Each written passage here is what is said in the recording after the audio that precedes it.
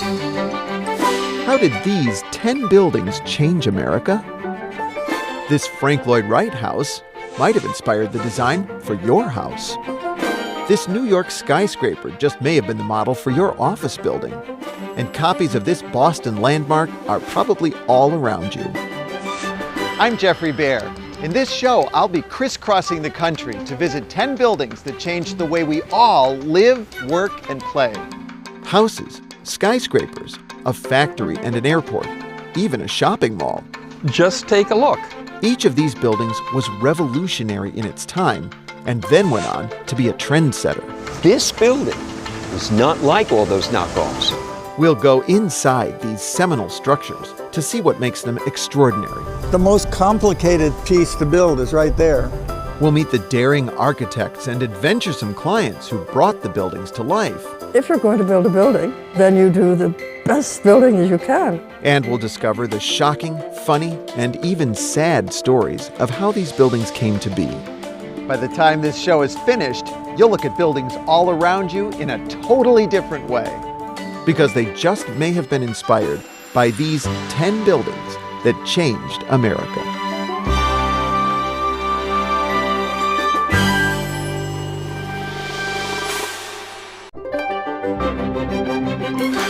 From Washington, D.C. to Madison, Wisconsin, and all over America, government buildings often look like Greek and Roman temples. So, where did this tradition begin? The answer is in Richmond, Virginia, where we start our journey through time with the oldest of our 10 buildings. When Thomas Jefferson first laid eyes on this building, he wasn't happy. He is not pleased. The founding father and self-taught architect had designed the Virginia State Capitol while living 4,000 miles away. Jefferson is contacted in France. But when he got back to Richmond, he found his building had been enlarged, the offices were moved to the basement, and his grand front steps were eliminated. He comes back and he realizes there are no front steps. This was always intended, that there would be these magnificent front steps, that you would come up this hill, there would be this temple on the hilltop. A decade after Thomas Jefferson penned the Declaration of Independence, this building was sort of like his declaration of architectural independence from Britain. You see, he never really liked the colonial architecture of Virginia. As an architect, it offended Jefferson's sense of style, and as a revolutionary, it clashed with his politics. This was, after all, Georgian architecture, a style imported from Britain and named for its kings. You know, even the name, Georgian architecture, it was horrible. Jefferson hated kings, and the Declaration of Independence is essentially his Dear John letter to George III. Jefferson was invited to create a new face for Virginia while he was serving as America's minister to France. But he didn't find his architectural inspiration in the court of King Louis XVI.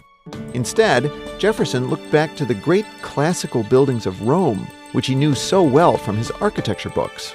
He liked the clean lines, he liked the symmetry, and this was his statement about the new nation being a part of the Western world, but not being beholden to Great Britain. But rather than simply borrow ideas from the ancients, Thomas Jefferson decided to do something unheard of. His state capitol would be a copy of an actual Roman temple, the Maison Carrée in the south of France. Jefferson writes somewhat lasciviously about his first face-to-face encounter with the temple. Here I am, gazing whole hours at the Maison Carrée, like a lover at his mistress. And the reason why he picks the Maison Carrée, the square building, is to embody ancient ideals of pure geometry. The Maison Carrée is a one-room, windowless temple, not an ideal vessel for state government.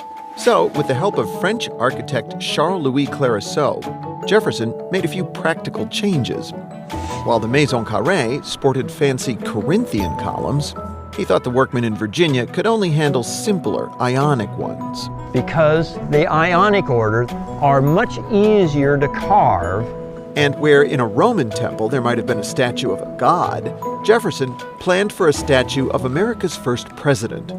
It looks remarkably different from the image of George Washington we all know. You know, I don't think that's the same likeness. In fact, this is considered the most accurate likeness we have of Washington. It was based on an actual mold of his face. He is not presented as a king. Notice that there is a missing button on the coat. There's a slight swelling to the belly, one might say there. Jefferson may have been an ocean away in France, but he still tried to micromanage construction of the Capitol.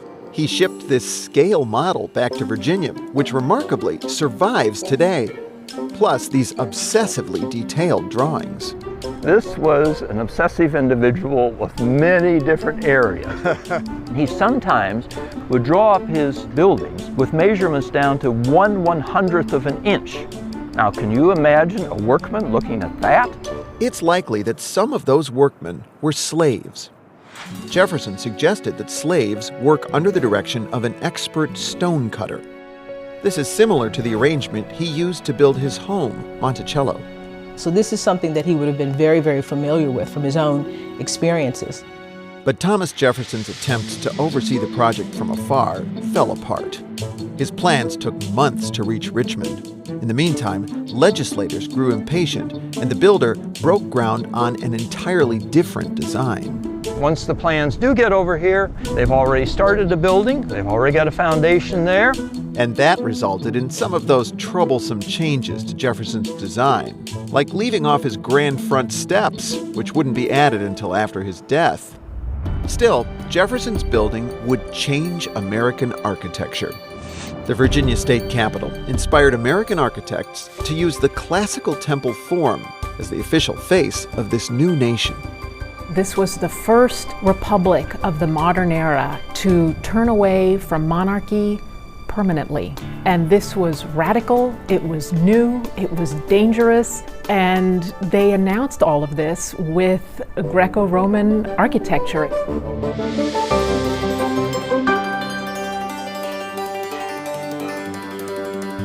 Wherever you live in America, you've probably seen buildings that look like this Boston landmark. Churches, city halls, and post offices with heavy walls of rough-faced stone, round arches, and massive towers. The style is called Richardsonian Romanesque, and it was born right here at Trinity Church. The architect, much like his building, was mountainous.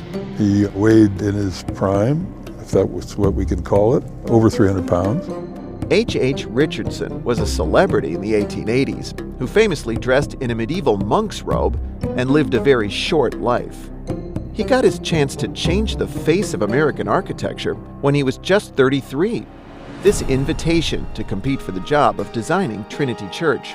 Richardson flipped the invitation over and sketched this design on the back. This little sketch is really the embryo of this church. It's like the conception of a baby in the womb. Richardson made his visionary sketch with one man in mind. Phillips Brooks was the rector of Trinity Church. Today, he's best remembered as the writer of the Christmas song, O Little Town of Bethlehem. But in his time, he was known as a spellbinding preacher who drew enormous crowds. The church is an envelope for his voice. Richardson designed Trinity as a compact cross, which would draw more than 1,400 parishioners around Brooks in a sanctuary adorned by some of the great decorative artists of the day. It's a space that draws you in. You walk in and you immediately feel that you're part of a congregation. The other key to Richardson's influential design was something of a happy accident. Richardson originally drew up Trinity with a tall, spindly tower, but the building's engineers knew that idea was literally on shaky ground. The engineer said, no, you can't do that. You see, this is Boston's Back Bay, a man-made piece of real estate that had been created by filling in an old marsh with gravel and sand. The engineers knew the unstable ground here just couldn't support such a tall tower.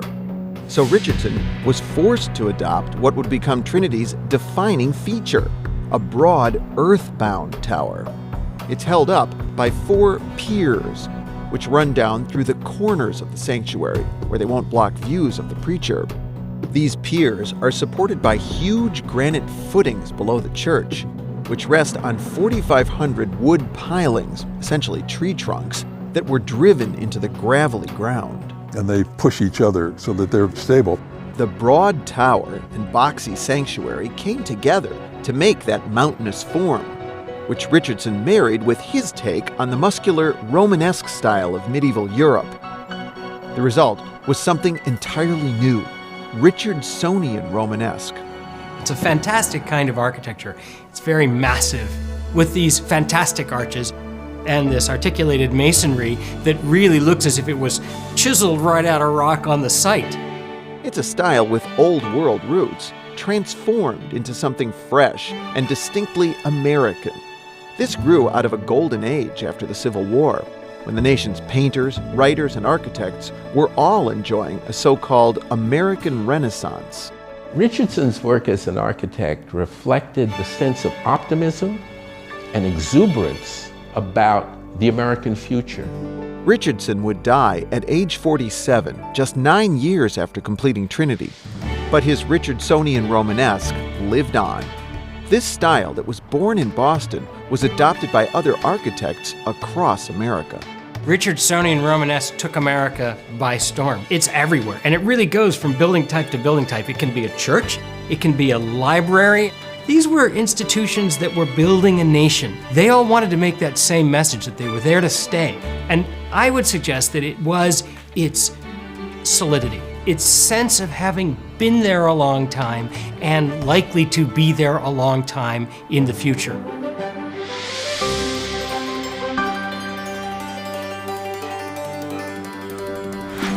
It might seem obvious. Skyscrapers should look tall. But they never did, until this St. Louis skyscraper reached toward the heavens in 1891.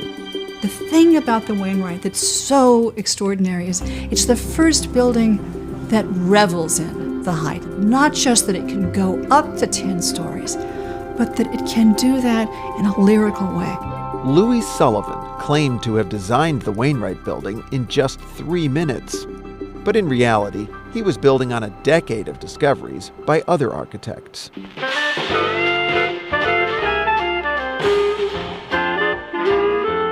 The skyscraper was born in the 1880s, when growing American corporations were competing for prime downtown office space in New York and Chicago. That drove real estate prices through the roof. So the clients and the architects want to figure out how to make buildings that are taller. Architects answered the call with new technologies, most importantly, something called skeleton frame construction. Instead of holding up their buildings with thick masonry walls of brick and stone, architects found a new way to support tall buildings with thin metal frames, and the walls were mostly there to keep people inside warm and dry. Another invention that made the skyscraper possible was the passenger elevator. After all, who wants to work in a 10-story walk-up? 10, please. So, architects had all the technology they needed to build tall, but they still hadn't figured out what tall buildings should look like. So a lot of tall buildings looked like short buildings just made bigger, or like, in some cases, even 2 or 3 short buildings piled on top of each other. Louis Sullivan felt this new American invention, known as the skyscraper, called for a new approach. The skyscraper, he wrote, must be every inch a proud and soaring thing. Height was not just a fact, but it was also an aesthetic idea. And yet, when Sullivan sat down to design this skyscraper for beer brewer Ellis Wainwright and his mother, Catherine, the architect was reportedly stumped. So he went for a walk to clear his head. The fresh air must have done him some good, because as Sullivan walked down this Chicago street, the design suddenly came to him. He rushed back inside and fired off his famous 3-minute sketch. Sullivan threw the sketch down on the table of his young draftsman, Frank Lloyd Wright. The Wainwright Building in St. Louis. More than 60 years later, Wright recalled the moment when the Wainwright Building was born. He said, "Wright, the thing is tall. What's the matter with a tall building?" And there it was, tall. So how did Sullivan make the skyscraper soar, despite the fact that it's only 10 stories tall? Well, for starters, he divided the building into 3 parts, what's known as a tripartite design. First, there's the two-story base. 2 stories, visually made it look solid, but it also gave it that kind of comfortable human scale. Then, above the base, you have floor upon floor of identical offices. This second part is where Sullivan really draws your eye upward. The horizontal elements, or spandrels, are recessed, while the vertical piers project without interruption for 7 stories. Almost till it reaches the top of the building. But then, a building has to end somewhere. That's the third part of the building. And so then, these vertical lines, as they reach the very top, suddenly burst into ornament. The terracotta ornament doesn't feature the columns of ancient Greece and Rome. Instead, Sullivan looks to nature. All the while, Sullivan doesn't let us forget the technology that made skyscrapers possible in the first place. While earlier skyscrapers almost seemed ashamed of their steel frames, the Wainwright Building emphasizes its skeleton. The steel frame's the essence of the building. It's what makes it stand. It's symbolic of the time, it's symbolic of the technology. The Wainwright Building set the tone for the next century of skyscraper construction. Skyscrapers would continue to celebrate their height, and they would continue to show off their steel frames. But ultimately, Sullivan felt the best form of flattery was not imitation, but individualism. Part of what Sullivan felt was important about the United States and America was the power of the individual to express themselves for the benefit of everybody. And if you have each person taking their own talents and bringing buildings vibrantly alive, you are creating an American architecture. We're visiting 10 buildings that changed America in chronological order, and we've come to our 4th building. Its architect called it a source of worldwide architectural inspiration. Humility wasn't Frank Lloyd Wright's strong suit. You see, early in life I had to choose between honest arrogance and hypocritical humility. I chose honest arrogance. The Robey House really was a radical departure from your typical middle-class house at the time, which tended to look like a tall box. Ever since he left Louis Sullivan's office, Frank Lloyd Wright had been gradually thinking outside the box in a series of designs leading up to Robey. Wright was evolving from a sort of tighter, more formal gabled house to getting, the gable was getting lower and more like this, and finally it just becomes like this. These became known as prairie houses, not just because they were located on the flat lands of the Midwest, but because they seemed to belong here. It's a part of its environment, and it graces its environment rather than disgraces it. These daring homes appealed to clients who weren't afraid to take risks, like Frederick and Laura Robey. Frederick was a 28-year-old bicycle manufacturer who had just ventured into the brave new world of automobile supplies. He was the quintessential young, rebellious guy. He designs a car that's part car and part motorcycle. Wright shared Robey's passion for the automobile. The result, he included an attached 3-car garage in 1910. I mean, you're coming out of the age of the stable and the horses. Not for this house. This prairie house wasn't built on the prairie, but in the city, right next to the University of Chicago. So Robey said he was concerned about privacy. Robey wanted a building where he could see out, but people couldn't see in? And you had a house with a lot of glass, but just take a look. Wright hid the inside with art glass windows and a projecting balcony. Can you see in? No, Take a look not at really. Today, the house is open to the public, if you can find the door. Wright recessed the entrance. Then you come into a dark, confined reception area, which leads to a narrow stairway. But as you go up the stairs, you turn and ascend toward the light, eventually emerging into a spectacular, bright space. So what is the point of this whole journey, this procession that Frank Lloyd Wright has just taken us on? Well, it's a thing called drama. Going through a Wright building is playing with your senses, it's playing with your emotions.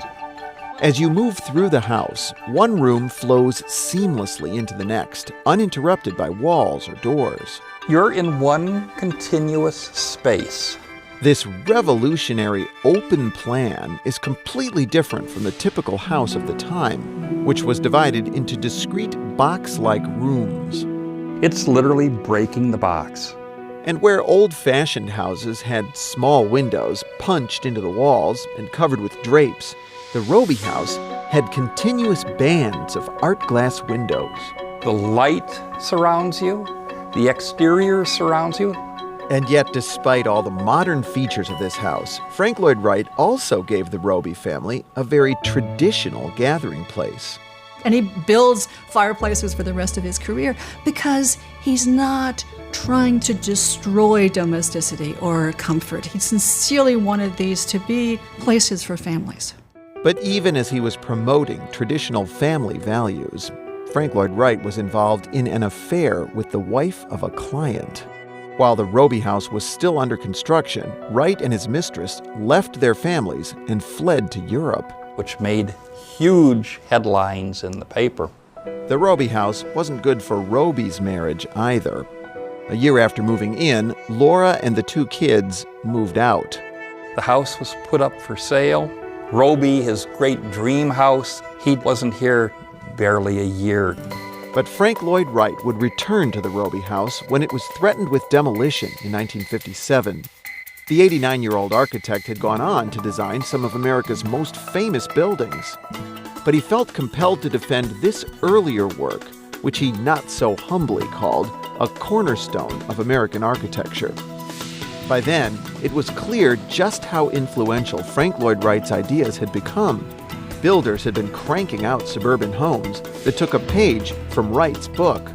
What we would call today the ranch-style house.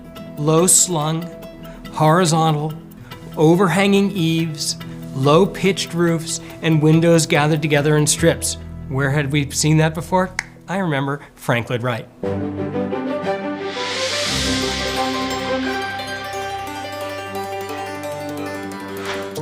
When Henry Ford told the architect Albert Kahn that this is what he wanted him to design, Kahn thought he was crazy. Kahn was not the first one to think that Henry Ford was crazy. Kahn couldn't imagine why anyone needed so much uninterrupted space under one roof. But Ford would need it to introduce his moving assembly line. Remember, Henry Ford was a visionary and a dreamer, and he saw things that no one else saw. This concrete-framed factory was light years ahead of Ford's previous plant. The Piquette plant was typical of the time, with its thick brick walls and narrow windows. It was dimly lit, and the space was broken up by timber posts. Henry Ford was using this old-fashioned factory to build a very modern product. His Model T had a user-friendly design that allowed just about anyone to drive and maintain it. So he just couldn't make them fast enough, right? Exactly. He had to get out of there into larger quarters. Albert Kahn was the perfect architect to design a factory for Henry Ford. Kahn, after all, was the guy behind the earlier Packard Building Number 10. Today, it's abandoned, but when it was built in 1905, this was one of the first so-called daylight factories. They had huge windows and wide-open floor plans, thanks to their reinforced concrete frames. Kahn made it possible for the kind of vast open space that is flooded with light. This is what Henry Ford wanted, but he and Albert Kahn would make an unlikely pair. Kahn was Jewish, the son of a rabbi. Ford famously published The International Jew, which suggested that Jews were plotting to control the world. Do you know if Kahn ever brought it up? Kahn never brought up the issue. He really said by implication, it wouldn't do any good, and all it would do would be to damage my business relation with him. Despite their differences, Kahn and Ford teamed up to change the face of American industry just outside of Detroit. Highland Park's broad walls of glass supplied plenty of light and fresh air to the factory floor, which was good for workers and Ford's bottom line. It improved workers' comfort. And therefore productivity. And therefore productivity, yes. The sheer enormity of the complex not only allowed Ford to make most of the Model T in one place, it also gave the company the space to experiment with a new way of building cars. Before the assembly line, each Model T had been put together on wooden sawhorses by teams of assemblers who all moved from one car to the next, and all the parts had to be dragged to each car by workers known as pushers and shovers, who would spend a lot of time going to other parts of the factory to bring parts for the one car they were working on. But the vast, uninterrupted spaces at Highland Park made it possible to move the car through the plant and to a long line of workers, each with a single part and a simple task to perform over and over again. It saved enormous amounts of wasted motions, and it brought an enormous reduction in the cost of making Model Ts. But Henry Ford still wasn't satisfied. He felt that the 4- and 6-story spaces at Highland Park wasted time and energy moving parts up and down. So remarkably, just 5 years after opening Highland Park, Ford asked Albert Kahn to design an entirely new single-story plant. Henry Ford was not bashful about dropping something he thought was outdated and moving ahead with something new. Over the next 30 years, as Henry Ford constantly improved his production process, he would call on Albert Kahn to design more than 1,000 factory buildings. And like Highland Park and every American factory that came after it, these buildings would have wide open spaces that were filled with light. Ford and Kahn were very much an unlikely duo, and yet Kahn's plan for the Ford plant set the pattern for American industrial architecture of the 20th century.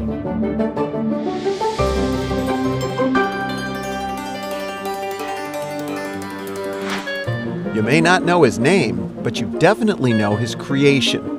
Victor Gruen designed the first modern indoor mall. Victor Gruen considered this a utopian experiment. That's because the architect of Southdale Center was a socialist, and this was his new vision for suburbia. He wanted to get people out of their cars. He was worried that everyone would go from their private house, their private car, to their private office and back, and never get to know their neighbors, never have any interaction. So that was the idea of the mall. The vibrant community Victor Gruen created in this Minnesota mall was inspired by the bustling street life of Vienna, Austria, where he grew up. He had studied architecture at the Vienna Academy of Fine Arts, the same school that had rejected an aspiring artist named Adolf Hitler 10 years earlier. When Hitler's interests turned more sinister, Victor Gruen, who was Jewish, fled to America. It is a new concept fitting to a particular situation. Gruen soon made a name for himself in New York, designing spectacular storefronts across the city. But he recognized the retail action in post-war America was shifting to the suburbs, and he didn't like what he saw. Victor Gruen was dismayed by the unsightly commercial strips sprawling for miles on end, what he called the greatest collection of vulgarity ever collected by mankind. So he thought if we don't intervene, we're just going to have large tracts of development with no center. Gruen got his chance to remake suburbia in 1952 when the Dayton Company hired him to design an indoor shopping mall in a Minneapolis suburb. While a small neighborhood mall had been enclosed before, Southdale is where Victor Gruen introduced the formula for the regional indoor shopping mall, a formula that has Gruen's idealistic vision written all over it. Look at this big blank wall here. What's the purpose of that? Well, Victor Gruen called this the introverted type, and what he really wanted to do was to take the typical suburban shopping center, which faced out to the street, and flip that. This way, Gruen could take all that sprawling commercial clutter he hated and hide it in a central facility with a plain exterior, so that the stores faced inward into an air-conditioned space. Inside, it was a shopper's paradise, 72 stores under one roof. But this wasn't just a place to buy things. At its center was the Garden Court of Perpetual Spring, which featured a goldfish pond and an aviary, sculptures and a sidewalk cafe. There was even a small zoo in the basement, At Southdale, suburbanites could get out of their cars and enjoy all the benefits of a downtown without all the traffic and dirt. So he really envisioned malls as community centers rather than as places that you simply go to shop. This urban-like setting was also good for business. The experience was so dazzling and fun, customers stayed longer and shopped more. The windows were placed high above so shoppers wouldn't be distracted by what was going on in the outside world. A little bit like a casino. They didn't want people to actually look outside. The socialist architect had created a capitalist cash cow. On the day Southdale opened, 75,000 curiosity seekers came out to see what Life magazine dubbed the splashiest shopping center in the U.S. Though it did have at least one detractor, Frank Lloyd Wright came for a tour and said the Garden Court had all the evils of the village street and none of its charm. You've tried to bring downtown out here. You should have left downtown, downtown. Over time, Victor Gruen himself grew disillusioned with his grand experiment. You see, he had envisioned the shopping center as just one piece of a larger planned community, which was supposed to include houses, apartments, offices, and schools. Gruen hoped this would be a compact and well-ordered alternative to sprawl and blight. Now that all didn't come to pass. And so, in many ways, the most important part of Gruen's vision hasn't been realized. Instead, Southdale became an isolated island of retail in a sea of parking. And this is what large swaths of suburban America came to look like, as Southdale was imitated far and wide. Gruen called these copycat malls bastard developments. They lacked his larger social vision and instead attracted more of the sprawl he had tried so desperately to fight. And I think that that's the kind of the tragedy of it. We didn't understand the depth and breadth of his vision.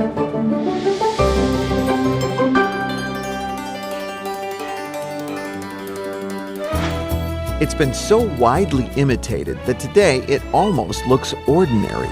This building is not like all those knockoffs. In 1958, this sleek glass skyscraper was groundbreaking. When it went up, the entire world noticed. It was built by the Seagram Corporation as its U.S. headquarters. The corporate giant ended up with an avant-garde building because it let a young art student choose the architect. To me, it wasn't a corporate headquarters. It was a skyscraper in New York. Phyllis Lambert was just 27 when she learned that her father, Seagram president Samuel Bronfman, would build his headquarters on New York's posh Park Avenue. I wouldn't have known anything about corporate headquarters, I can assure you that. But she did know about architecture, and when Lambert saw the original design for the building, she was appalled. To this day, it's hard for her to even look at a picture of it. Ooh. It is so upsetting to even look at it. My stomach sort of goes. I wrote my father a long, long letter, and the letter starts off, no, no, no. While the original design would have looked right at home in pre-war America, no. Phyllis Lambert knew we had entered a new age. Architects were building skyscrapers without all the brick and stone and decoration that had covered steel-frame buildings since Louis Sullivan's time. Instead, they were letting naked steel and transparent glass speak for themselves. If you're going to build a building, then you do the best building as you can at the time. You do the best of your civilization. Samuel Bronfman was convinced his daughter would choose the right architect for this new age. So Lambert set out across the country, meeting some of the great designers of the day. She says that most of them compared themselves to the German-born architect Mies van der Rohe. And when she met the man himself, she understood why. He was so much more generous than all the other people. There was a kind of presence about that man. But what ultimately sold her was Mies's work. He had envisioned glass skyscrapers all the way back in the early 1920s in Germany. Mies was part of a generation of European modernist architects who used the latest technology to confront the war and inequity that had plagued the continent. You know, they came out of World War I, and they understood What caused World War I? This intense, insane nationalism. And Mies van der Rohe and his gang wanted to create a new international architectural language. This international style became popular with corporate America for less idealistic reasons. It made a company look cutting edge and efficient. Plus, it could be cheap. It was very inexpensive to build that way. It's repetitive form.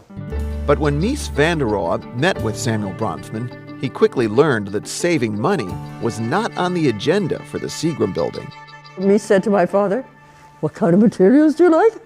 And my father said he liked bronze. So Mies covered the entire building in bronze. And because he used bronze, he could create a finesse of details. Mies said God is in the details, and it's the details that set this building apart, some designed by architect Philip Johnson. The materials include pale travertine, pink granite, and Verd antique marble. This building is so subtle and yet so complex. At first glance, it might seem as if you're seeing the bare bones of the building, but this is actually an illusion. Mies placed I-beams on the outside of the building, which serve little function. It's a decorative facade, and the actual structure, the steel framing, is tucked behind it. I see them. They're columns behind the glass windows. But the most striking and expensive feature of this building is the huge empty space in front of it. This was Mies's surprising solution to New York's strict zoning code, which had long prevented skyscrapers from rising like sheer cliffs that block out the city's light and air. Other architects had responded to these rules with setback skyscrapers, which gradually receded from the street. Well, Mies van der Rohe didn't want to design a setback building. Instead, he left a pricey piece of New York real estate open as a kind of gift to the city. That really shocked New York. You know how you shock New Yorkers? It's not with vulgarisms, just be polite to them. And they don't get it. But architects and developers clearly did get it, because the nation soon saw a proliferation of modernist buildings set on broad plazas. Everyone said, oh, that's so nice, the Seagram building has that plaza. Everyone loves it. Let's have plazas everywhere. And gee, funny thing, none of them were as good. And in fact, a lot of them were really horrible. They were awful, ugly, concrete prison yards. And the skyscrapers themselves could never quite recreate the magic of the Seagram building. It looks easy to copy. I can just do one floor and stack them up, and every single one of them is the same from there on. How hard can this be? Well, how hard is it to get your proportions correct? How hard is it to choose the right materials? How hard is it to make the proper relationship between a building and its site? You're damn right that's a tough building to make. We're visiting 10 buildings that changed America in chronological order, and we've arrived at our 8th stop.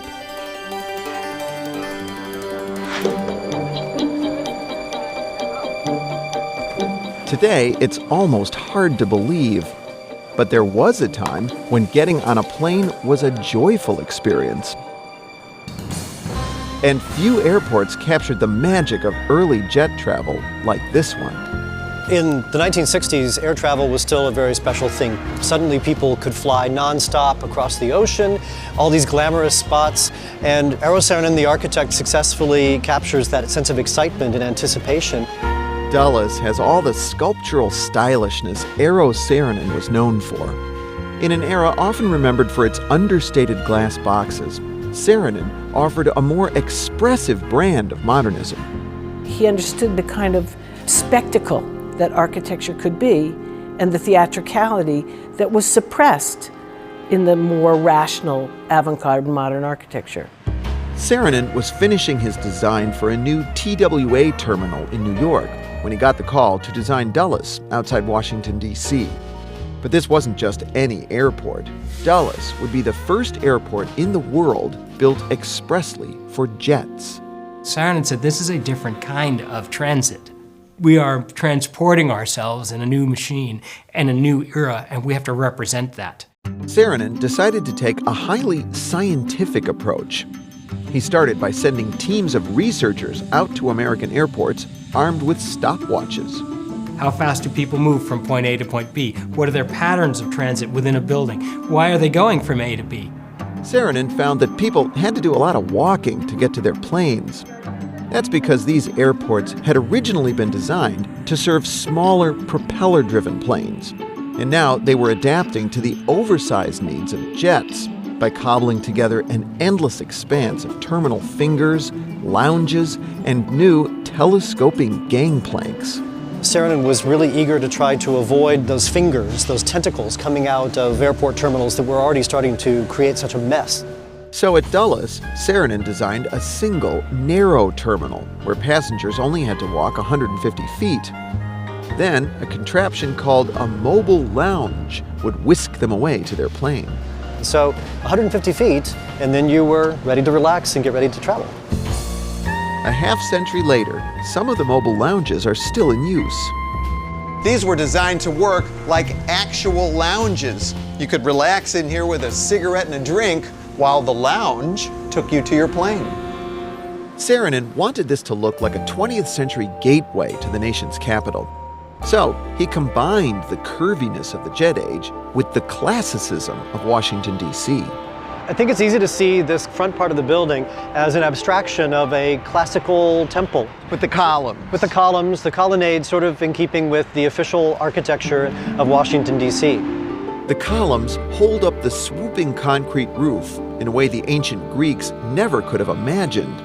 Instead of resting on top of them, the roof hangs from them like a giant hammock. The solid concrete appears to float above the undulating glass walls. It doesn't look like anything you've ever seen before. You don't know what makes it stand up. It's a big concrete building that looks as light as a handkerchief in the wind. It looks like it's gonna just blow away at any minute. It won't hurt you when that happens. It'll just kind of float off and land in some other airport somewhere else. Eero Saarinen never got to see the completed airport. He died suddenly from a brain tumor when Dulles was still under construction. But the weightless form he created here left a permanent mark on the world's architecture. Some airport architects seem to have overtly copied Dulles' swooping shapes. Others have simply been inspired by Saarinen's broader vision for what an airport should be, a well-ordered and welcoming gateway to a city. Especially nowadays when travel can be so stressful, to have a sense that everything's going to work, that you're going to know where you're supposed to go, that it'll be a pleasant experience to move through the building. All of those things are very much the architect's job.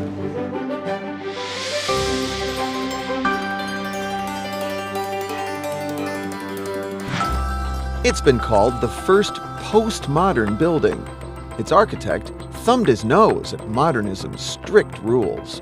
Why? What was wrong with them? I don't know, it's just that I'm kind of a pervert. Modernist buildings had entire walls of windows. But you'd never have a wall with a window in it. Modernists frowned upon frivolous decoration. And this house has the kind of wood elements on it. And he heard modern architect Marcel Breuer say, you should never paint a house green. And so I immediately said, I'm going home and painting that house green. Robert Venturi sparked a big debate with this little house on the edge of Philadelphia, which he designed for his elderly mother. Like her son, Vanna Venturi wasn't afraid to go against the grain. She was this combination of socialist and pacifist. And she refused to send you to public school. That's right, because she was afraid I'd have to pledge allegiance to the flag. In other words, she was an ideal client for a house that would challenge the modernist establishment. She just sort of left it up to me.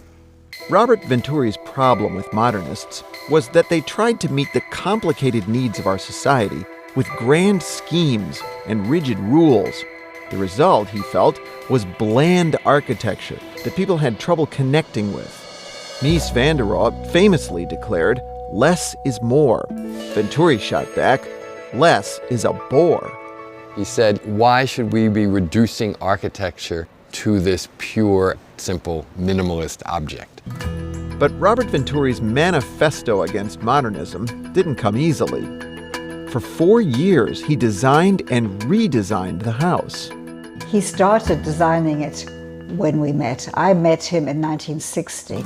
His future wife and collaborator found he was always disappearing to work on his mom's house. Then every now and then I wouldn't see him for about a month, and I thought, look, this is a very interesting person. In particular, he labored over the unusually tall chimney, which he says was an obscene gesture directed at the establishment. The chimney was a bit doing this. The completed house looks vaguely familiar, even if you've never seen it before. That's because Venturi borrowed familiar elements that have been used by home builders throughout history. Instead of an abstract modernist box, this house looks like a child's drawing of a house. I think that's a nice thing to say, an appropriate thing to say, because I wanted it to be a kind of fundamental, symbolic, generic house. But as you get closer, you discover that what looks like a huge chimney from afar can't possibly be real, because it has windows. Through them, you see stairs, not smoke. And what appears to be a gable roof has the real roof hiding behind it, along with the real chimney. So what you're saying is this is really a facade, right? Yes, it's very much a facade. Billboard. It's like a billboard. It's like a billboard, that's right. Walking in the door, you discover the real house behind the billboard. Can you explain to me what's going on here? Why? In the living room, an oversized fireplace jockeys for position with a stairway. The stairs at first widen, but then they narrow to squeeze around the real chimney. It's an illogical stair. You said it's illogical? It's an illogical stair because it gets wider as you go up. Really, this clashing of things is the emotional center of this building. And then there's this stairway that leads to nowhere. The idea here is that while modernists fought so hard to create order, this house recognizes awkwardness and confusion. It embraces complexity and contradiction. That, by the way, was the title of Venturi's influential book. So Venturi might say it's important for there to be that contradiction, that the building should always come around and surprise you, and that the idea that an architect has the capacity to come up with a perfect ideal form is a flawed idea. And the architecture world took notice. Not long after Bonaventure moved in, visitors started showing up on her doorstep by the busload. I think she enjoyed it. And she could sit and give a seminar at this table. And telling them stories about her son when he was a little boy and all that and other. Soon, Mrs. Venturi's little house became a source of inspiration for thousands of architects. Postmodernism, as it became known, started showing up everywhere, from skyscrapers to strip malls. Many real estate developers simply saw it as a cheap and easy way to brand their buildings by slapping historical references on a billboard-like facade. And so just as the world is plastered with examples of bad modern architecture, well, guess what? There are thousands of examples of postmodern architecture that's just as bad. God-awful wedding cake imitation of history, made to look quasi-historical, or worse, abstracted into some kind of cartoon version of history. I wasn't trying to be postmodern. Starting a movement was never on Robert Venturi's agenda. Don't trust an architect who's trying to start a movement.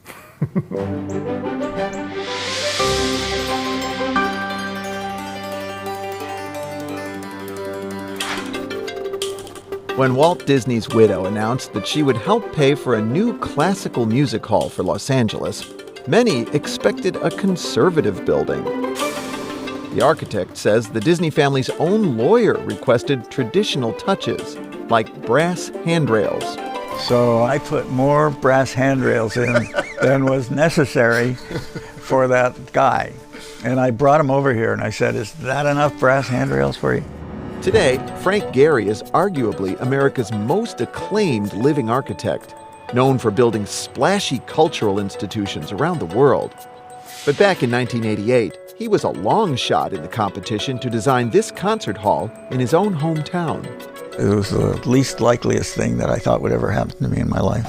You see, at the time, Gehry was known for his funky, low-budget buildings, made with the kinds of materials you'd never find in a classical music hall, like plywood, raw sheet metal, and chain-link fence. Nobody had ever trusted him with a large public building or a large budget before. So when Gehry entered the competition to design the Walt Disney Concert Hall, he says that Disney family lawyer had a word with him. He informed me that under no circumstances would Walt Disney's name be on any building that I designed. Undeterred, he entered with a design that was inspired by the populist spirit of Walt Disney himself. While a classical music venue could end up feeling stuffy and elitist, Gehry wanted this one to be inviting and accessible. I always thought Walt Disney stood for creativity. I never thought that I was going to make Mickey Mouse and things all over the place. It was that design that caught Mrs. Disney's eye.